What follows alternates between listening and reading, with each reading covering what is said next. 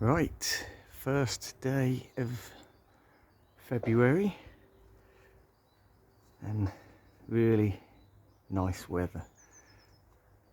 Warm, sunny, but it is still winter, and even though our thoughts are firmly in spring, it is still winter. So we're gonna have a look at a couple of little jobs I've been doing in the garden, because it can be a bit frustrating this time of year. You've got all these big plans in your head about, preparing for spring and planting out new stuff, and just in general getting excited about the upcoming growing season. So what I've done is I've gone to the local horse stables, and we've got some horse manure. This is not well rotted, it is fairly fresh. So what I've done is I've got a couple of big planters either side of the hothouse, which I'm planning to put Enset Morellii bananas in, the red banana.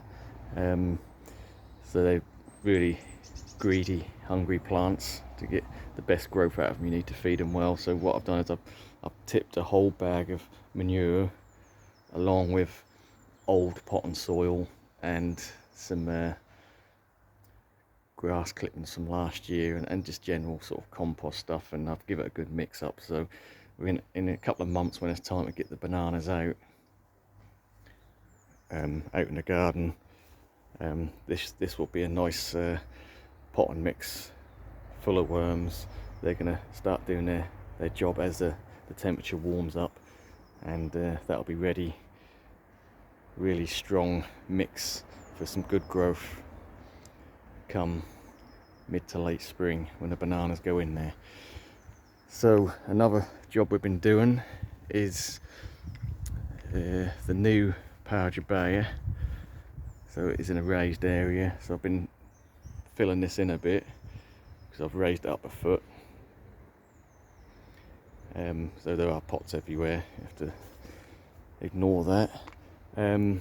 So what we've done is, again, I've had a couple of really big old planters with nothing in other than basically garden soil. So I've put a bag of manure again on this, sort of broke it up and scattered a layer of that. Then I've put the garden soil on top, again full of worms. Let them do their job over the next couple of months, and that should be a nice rich mix to get the palm settled in. And what I will also say is I've used a bit of the old bone meal. So this is Home Bargains. I think that's $3.99 for 2 kilo. So it's not too bad, and this really does help if you've freshly planted trees, shrubs, whatever. Just gets the roots established a bit quicker, and it's a good sort of slow release fertilizer as well. So we have got plans for this bed, other than just the big palm. I might get a couple of smaller palms in here, and I'm still toying with the idea of a couple of phoenix species. I've got a Phoenix robellini and a Phoenix rupicola, or rupicola. Both tender, some cold tolerance. I keep them in the hothouse, pretty much unheated, just frost free. So the idea is I'll get some more sort of tender palms and plants in this area, and then I will over next winter I'll sort of box it in a bit, if you like, but that's something to worry about next winter. We're thinking about spring now, so yeah, I'm looking forward to planting this area up. Maybe a couple of coloured cord lines, the more tender ones, and like I say, the couple of tender palms and 3 other little bedding plants, just to make it look nice. So there are, I know it seems like spring's a little way off, and we've got thoughts of what we want to do, and it's sort of, I don't know about you, but I don't know, my brain seems like it's going to explode sometimes with all the things I want to do. So I really do sort of vent in some of these videos, some of my, release what's going on in my head a bit. So yeah, lot of big plans, lots of small plans, just a lot to keep churning around your head. And obviously with that time churning, things can change. You can change your mind, and by the time it comes to doing putting these plans in action, you might well come up with a better idea or change your mind. So I've got an area by the side of the arid bed here. So I did have a big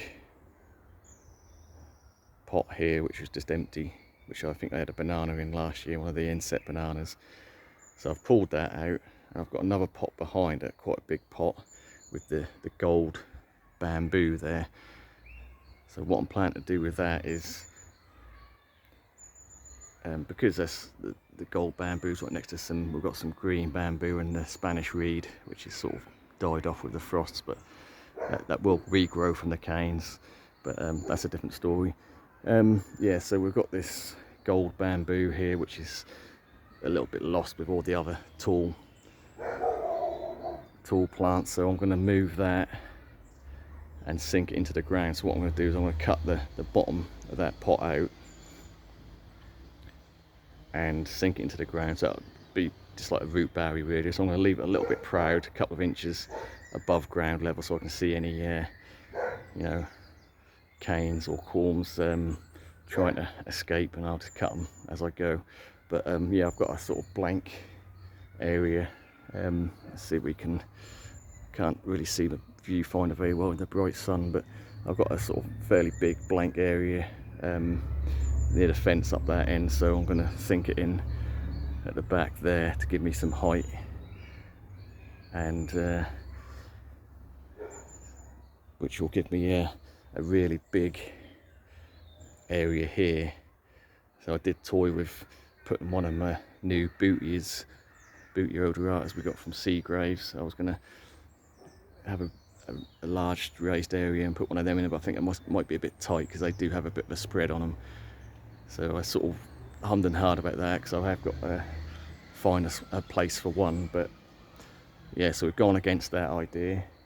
But what I have got is a reasonable sized Washingtonia robusta, which I've had for several years, and it's been outside the front, sort of against the house, and it's never really took damage over winter, so it's a pretty tough one. It's sort of been hardened off quite well.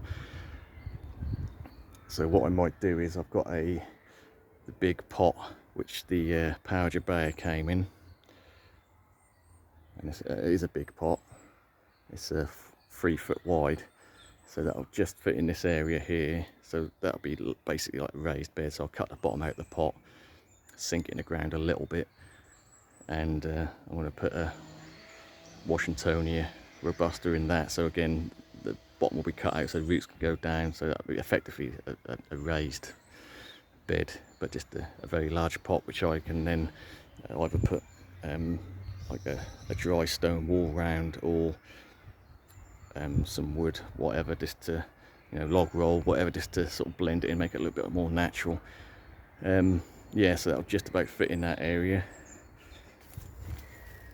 But what I will say is, if you are sort of moving stuff about this time of year, there were some frogs and newts hibernating underneath the pot, so I was really careful how I lifted the pot out, because they are quite delicate creatures. I didn't want to hurt anything, so we moved them to a safe area underneath some leaves at the back of the summer house, so they're safe. No animals were hurt, don't worry about that. Right, so might as well show the pot in question. So this is the big pot here, which I've been struggling to think about what to do with. So this is what the Power Jabea came in. So again, this is a 200 litre pot. It's 3 foot across and nearly 2 foot tall. So that's effectively, you cut the bottom off that, that's a raised bed. So again, I'll put some log roll around it all, disguise it a little bit to make it a little bit more natural, and then we'll get a Washingtonia robusta So I have got one in the summer house here in a pot, which could do with releasing. Just chucked all the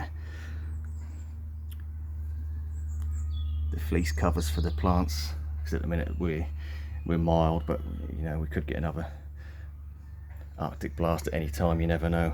But yeah, so we've got a Washingtonia buster here, and I've got one in the hothouse as well, so one of them will go in the area I just described, and that'll be in that big raised pot there.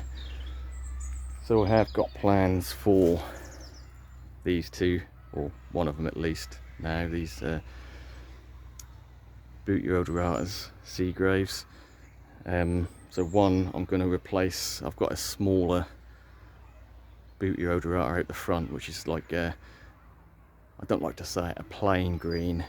I like, you know, different variations, so that'll go better in a different area. So it's more of a true dark green, where this is silver and this is about twice the size. So I'm going to swap that. So that's out the front in one of my raised planters. So one of these is going to go in replace of the smaller one there, to give a bit more wow factor out the front, if you like. And the other one I'm still thinking about what to do with. Right, so that is about it really. I mean, again, the frustration of this time of year when you've got things going around in your mind and you want to do things, but there are little jobs you can do in here and there. And like I say, just preparing beds, whether it be fresh mulching or, you know, manure, whatever, just a bit of weeding, because with the mild weather you do get the weeds come up. There's always a little job here or there to do, and yeah, keep busy and hang in there, because spring is on its way. Right, thanks for watching, we'll catch you on the next one.